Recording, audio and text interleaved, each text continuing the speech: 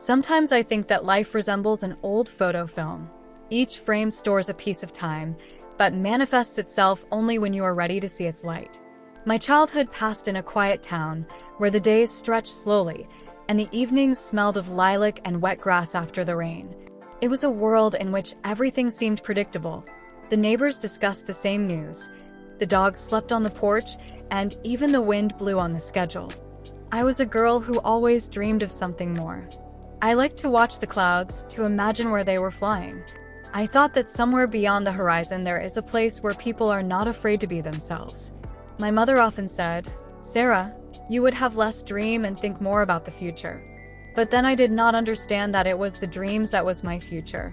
At school, I was not the most popular. I did not know how to adapt to others. I did not try to please. I had one girlfriend, Kelly. We often sat on the roof of the old garage behind the school and shared secrets. She dreamed of becoming a singer, and I someone who could inspire people, although I did not know how.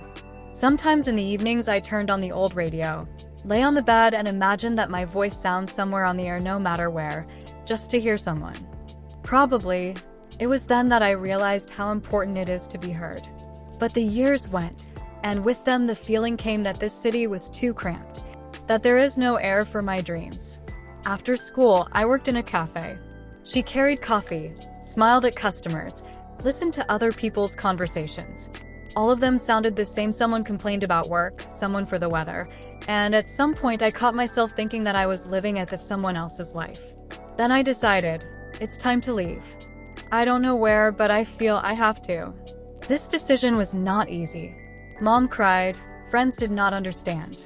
But I knew, if I do not try, then I will regret my whole life. I left in the early morning. The suitcase was small, and inside, several dresses, an old camera, and a letter from my mother.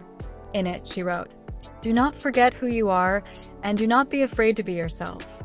Then I did not understand how much power is in these words. The train walked for a long time. Outside the window, the fields, small stations, faces that I would never see again flashed. Every time the composition slowed down, my heart was contracting, as if life itself asked, "Are you sure?" I was not sure, but I knew that there was no road back. My new city met me with a noise, neon, and the smell of cheap coffee. Everything seemed so large, bright, and a little hostile. I rented a tiny room in an old house. The walls were painted in a blue and yellow color. The window went outside, where in the evenings someone played the guitar. The first weeks were heavy. I did not know anyone. The work was found only in the bar, to wash glasses and help in the kitchen. Returning home late at night, I often sat down by the window and looked at the lights. They reminded me of my childhood, but already without warmth.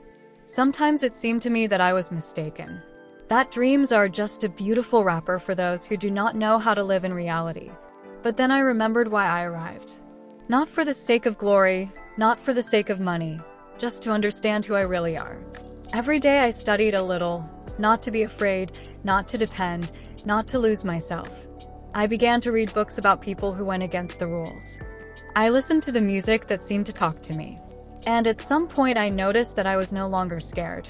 One evening, when the bar was almost empty, a man with a camera approached the rack. He smiled and said, "You have very expressive eyes." I was embarrassed.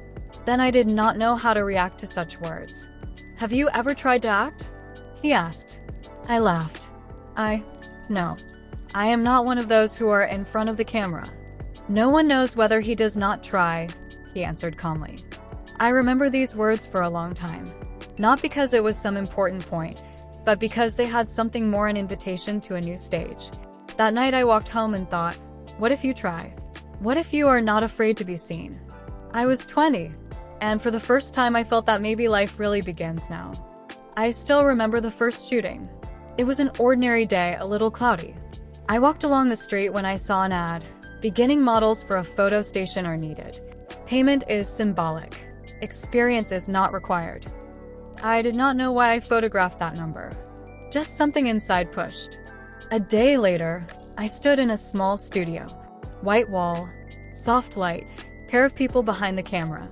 Nothing glamorous, is just a room where there was coffee and fresh paint. I felt embarrassed. I did not know where to put my hands, how to stand. Everything seemed strange, as if I were in someone else's dream.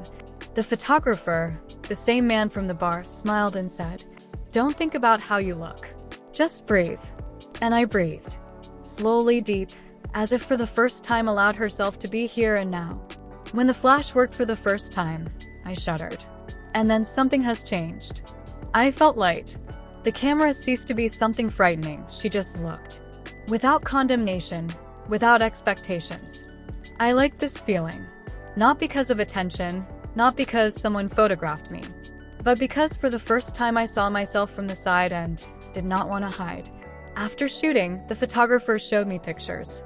At one of them, I looked directly into the lens, with a slight smile and slightly narrowed eyes. He said, "See? It's you. Real." And I realized, yes, maybe at that moment I first saw in myself not just a girl from a small city, but a woman who is looking for her path. These shootings did not make me known. No one offered a contract, no one called to the cinema. But they discovered confidence in me, the existence of which I did not even suspect. From that day I began to change. Unnoticed, step by step. I stopped looking at myself with the eyes of others. She began to say no where she had been silent before. Stopped being afraid of loneliness. It ceased to be an enemy. It became a mirror. Sometimes I sat on the roof of my house and watched how the city falls asleep. Lights burned below. Cars were in a hurry somewhere. And I thought about how surprisingly life was. To become yourself, you must first get lost. I still did not know where I was going. But now it was no longer scared. Somewhere deep inside, I felt something is waiting for me ahead. Something important. And although I did not know what the path it would be, I was no longer afraid to take the first step.